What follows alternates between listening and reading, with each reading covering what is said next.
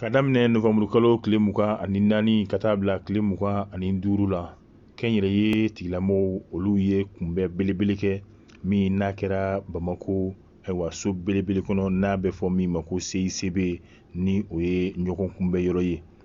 Kɛnɛ in kan a kun ye yaasa kɛnyɛrɛ ye tigilamɔgɔw olu bɛ se min na faamuya min b'u la dɔɔni min b'u la ka se ka o yira diɲɛma la cogoya min na ni feerew olu yɛrɛ kɔni sira fɛ.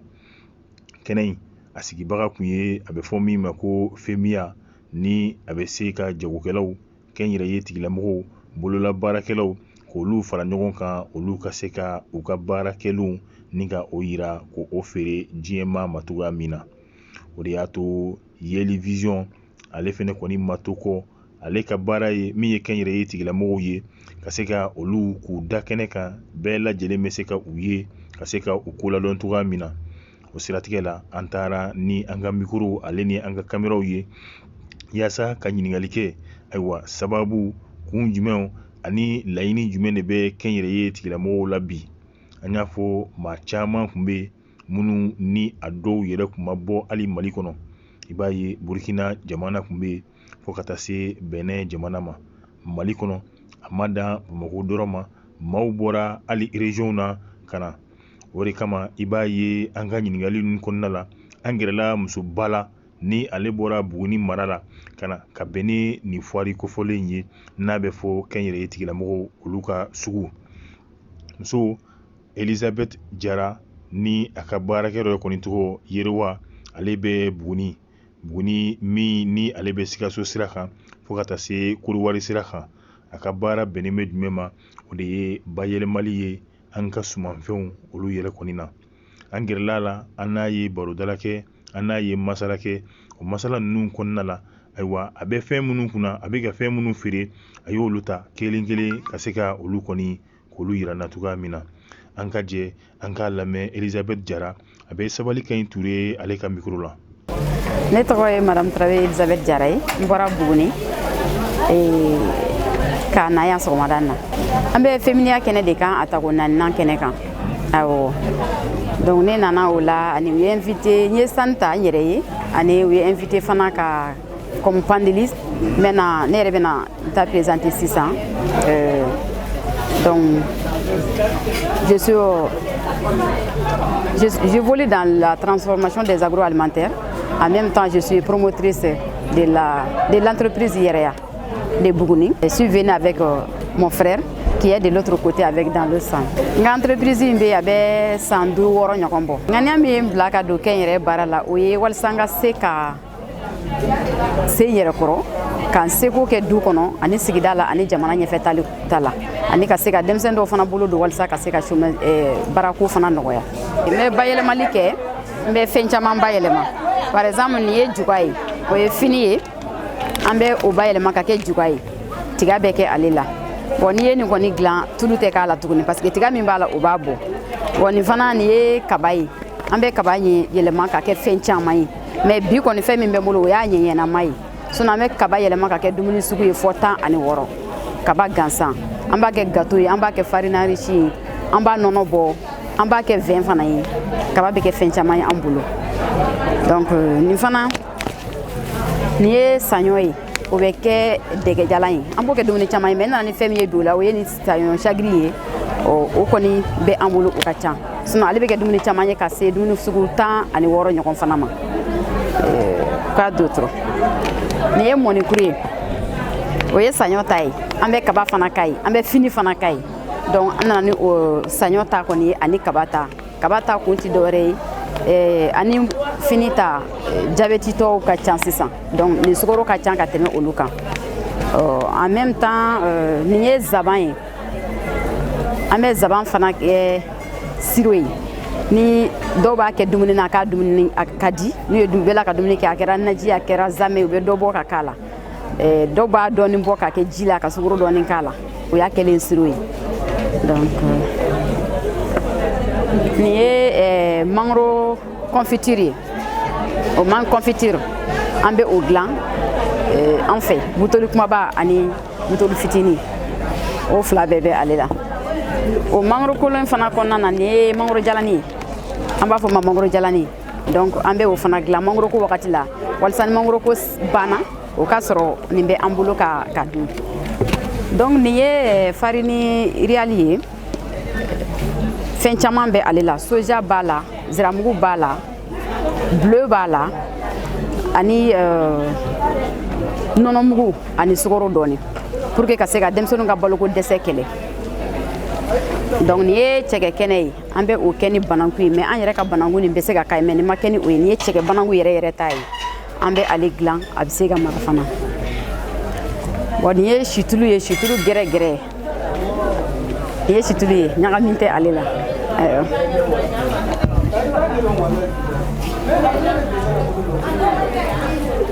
voilà nin ye di ye nin ye demi-litre ye an bɛ litiri k'a la an bɛ demi-litre fana k'a la ça c'est le meilleur pur ɲagamin t'a la foyi t'a la donc bɛɛ ni i seko de don donc an nana ni fɛn caman ye an bɛ fini fana kɛ fini jɛma o ma don fɔlɔ ani sew ka dɛgɛ an kɔni nana walasa ka mɔgɔw dɔn ka se ka clients fana dɔn ka fɛn wɛrɛw fana ye an tɛ se minnu na ka olu dɔn ani ka feere an baarakɛɲɔgɔn tɔw fana dɔn oui nin ye bɛnɛfunti ye bɛnɛfuntu mugu o bɛ kɛ fura caman ye ani a bɛ kɛ fɛn caman fana la n'i y'a kɛ te yɛrɛ la a min ka di i y'a faamu ni mɔgɔ min mago bɛ ne la o tigi bɛ se ka ne lasɔrɔ facilement n ka page Facebook bɛ yen numéro bɛ n bolo WhatsApp kan page Facebook ye Yɛrɛya agro business o ye page Facebook ye carte fana bɛ n bolo n b'a di mɔgɔw ma n ka numéro fana bɛ yen o ye 65 18 30 16 wala 76 17 62 91 email fana bɛ n bolo donc n ka dépôt dɔ fana bɛ Torokɔrɔbugu ani dɔ bɛ Bamakɔ kura i k'i ka commande kɛ a b'i sɔrɔ f'i ka so ni Ala ma basi kɛ n bɛ se ka welekan min fɔ balimamuso tɔw ye o ye nin ye ni fɛn nimisa bɛ n na bi o ye n ye san 10 min kɛ baara la je suis sage-femme de formation o san 10 baara n y'o min kɛ o baara la o mɔnɛ de bɛ n na n tɛna kun o la tuguni donc n b'a fɛ balimamuso bɛɛ ka se ka kɛ n yɛrɛye de dege parce que o de ye non seulement n'i dara i yɛrɛ la i bɛ lafiya i bɛ i seko kɛ i ka guwa kɔnɔ ka sɔrɔ mɔgɔ wɛrɛ ka pression tɛ i kan ani i hakili latigɛlen don quoi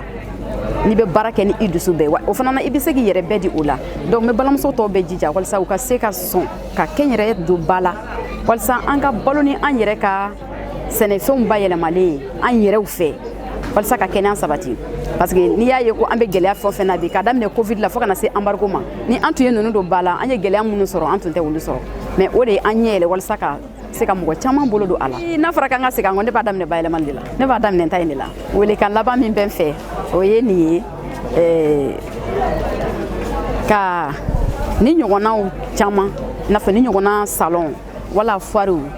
ni u bɛ se ka labɛn ONGw fɛ gouvernement yɛrɛ fɛ hali an yɛrɛ damaw fana fɛ i n'a fɔ mini foire tile kelen tile fila olu bɛɛ ka ɲi o bɛ na an dɛmɛ ka se ka an ka fɛnw don valeur la ani welekan laban bɛ n fɛ fana ka ɲɛsin gouvernement ma o ye nin ye u ka sɔn ka an dɛmɛ walasa an ka se ka wari sɔrɔ nɔgɔya la k'an ka baarakɛminɛnw sɔrɔ nɔgɔya la ani ka an ja don an yɛrɛ la o nafa de ka bon ka da kan yirijalan hali ale bɛ bonya fɛ donc n'u bɛ an bonya fana o bɛ an dɛmɛ k'a to an k'a dɔn an bɛ ka min kɛ nafa b'a la.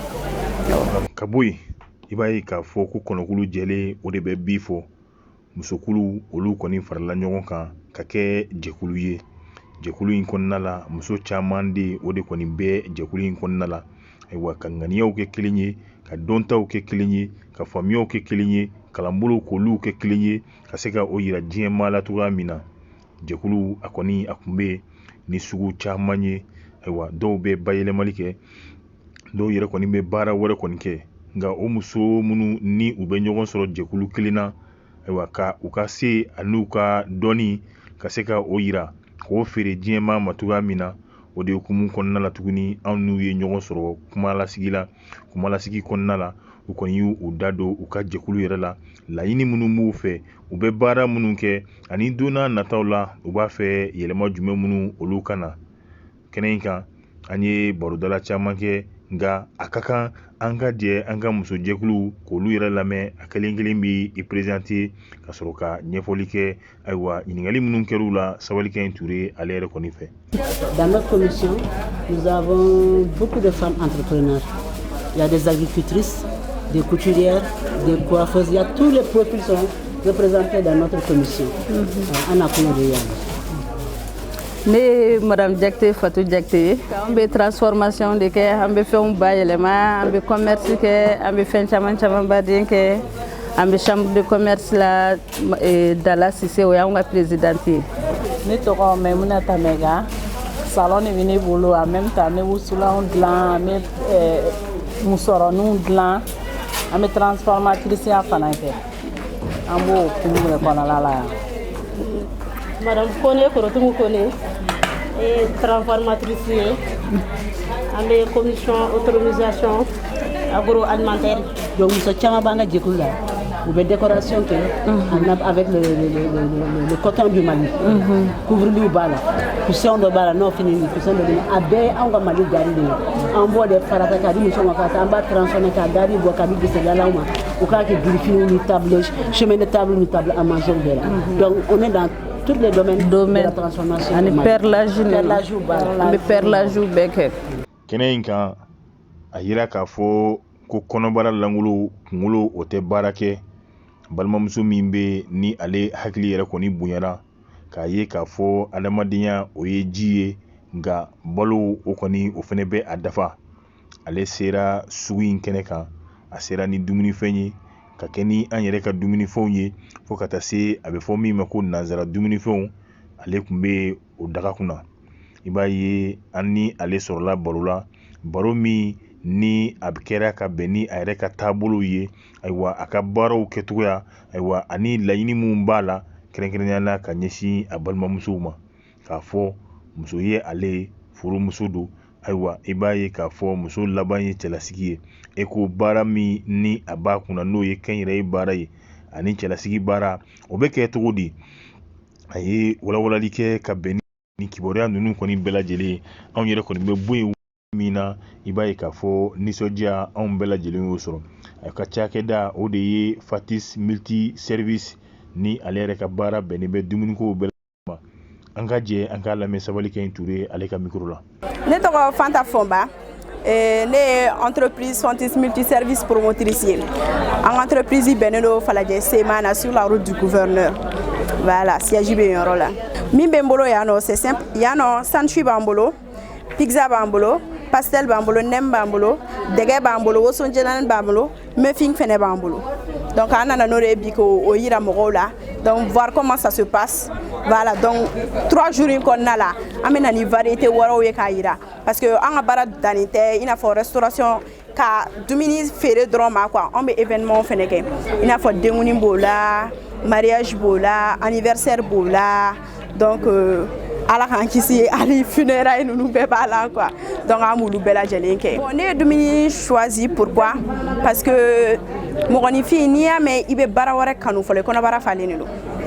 voilà alors yɛrɛ filɛ nin ye baara min na n'i kɔnɔbara falen tɛ est-ce que tu vas être apte pour mieux travailler non par exemple n y'a fɔ n ye exemple ta n'an ye yan dafɛla la ye ne y'a ye ne kelen de ye dumuni feerela ye yan donc o y'a to bi fɛnɛ n ka baara kanu donna na kosɛbɛ ka cɛsiri dɔ fara ka hali bi kosɛbɛ quoi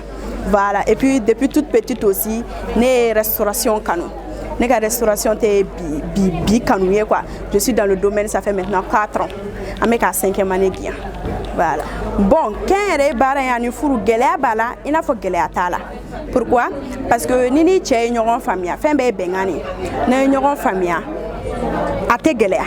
mais n'an ma ɲɔgɔn faamuya de a bɛ gɛlɛya bon mɔgɔw dusu tɛ kelen ye mɔgɔ ko n'i ye mɔgɔ nɛgɛ i bɛ s'a la fo k'i sago sɔrɔ donc n'an y'anw cɛw nɛgɛ an bɛ se ka wuli ka nin baara kɛ ni ne y'a f'i ɲɛna ne ye sunɔgɔ min kɛ kunu surɔ ka taa ni bi la a tɛ 3 heures bɔ ni y'a f'i ɲɛna est-ce que i bɛna da la voilà donc c'est comme ça cɛsiri yɛrɛ de don sinon c'est pas du tout facile donc a bɛ dépend ni compagnon ɲɛnama b'i la alhamdulillah balimamuso ɲɛnama bɛ ne la nin ye ne balimamuso ye ni n bɛ sa yɔrɔ min na a bɛ sa yen nɔfɛ ne woloba yɛrɛ a b'a cɛsiri ne ka ko la kosɛbɛ donc ni n bɛ sa yɔrɔ min na o bɛ sa nɔfɛ sinon c'est des trucs c'est pas facile c'est vraiment pas facile du tout hali sisan balimakɛ filɛ nin a nalen filɛ nin nɔfɛ donc ne entouré don mɔgɔ ɲɛnamabaw la ka tila ka ne ka entreprise tɛ ko n bɛ taa baara kɛ ka taa mɔgɔ wɛrɛ ta ka na don ne b'a daminɛ n ka famille de la folo parce que imana gɛlɛya sɔrɔ togo togo hali ni entreprise bɛ yen a bɛ bin tuma dɔ la a bɛ se ka wuli ala k'an kisi hali ni y'o wagati ninnu sɔrɔ i parents de bɛ se k'i dɛmɛ kosɛbɛ kosɛbɛ mɔgɔ wɛrɛ ta olu b'a fɔ il y a pas de travail on va laisser comme ça mais ne ko n ko ma famille donc an bɛ baara kɛ ɲɔgɔn fɛ ka entreprise ba kelen former ɲɔgɔn fɛ bon ne bɛ min fɔ muso tɔw ɲɛna an kana an ta kɛ ko an ka kɛ bureau kɔnɔ baarakɛla ye an k'an cɛsiri kosɛbɛ kosɛbɛ surtout an ka jamana bɛ état min na mago bɛ baarakɛlaw de la surtout dumuni ta fanfɛ yɔrɔ an y'a ye kɔngɔ bɛ mɔgɔw la kosɛbɛ kosɛbɛ kosɛbɛ donc an k'an cɛsiri an ka fɛnw bayɛlɛma ni an bɛ se ka création minnu kɛ an k'olu création kɛ an kana don baara la kunfɛ parce que caman ka baara ye n y'a ye karisa bɛ ka kɛ n bɛ don a la non, il faut toujours chercher à te former. Il faut que tu par exemple, si tu es en bloc, vous allez voir, dumini na diabète tout bien, tension tout bien. Donc, il y a dumini glébo ben mesure diaté minéré. Donc, du coup, c'est pas du tout facile. Donc, baby dama hacker ni sort en fait. Ni na fi, il y a des clients au banc tu vas voir un plat de 5000 commandés. On va faire un coco et kanakala. Mais on prend, c'est un client, le client est roi. Voilà, au différence de venir nous voir nous rencontrer. Les clients ne gagnent pas, les clients disent parce que les amis nous fait des gagnants la télé, un client ne bibolo de, voilà. Bon, avec dépend. Moi on nous fait qu'à faire baquet, va faire venir voir soro, mais t'as d'amener. Ni n'engagez entreprise d'amener eurofi, il te dala. Ni n'engagez entreprise d'amener eurofi, il te dala. Ni n'engagez maintenant soro. Bado minana habla ni e keme flasoro bado minana habla est-ce qu'il veut dala voilà ne ka mina be santé don ni ore ko mo ko bena je fais mes formations ke fene mes formations ke en pâtisserie en restauration mo ko bena ne fe o de bali be banenga minana ils vont dire que ne ni santo ko ne ba funyana bi barate quoi ka fo ko willa hasan non j'économise un peu je me dis pas que warte se kamara même si tu économises 5 000, il y a un problème de donc tu ne peux pas avancer comme ça. Donc, ni faire à quoi faut qu'on y c'est comme ça. C'est comme ça, ça doit se faire. On entreprend petit à petit. Voilà.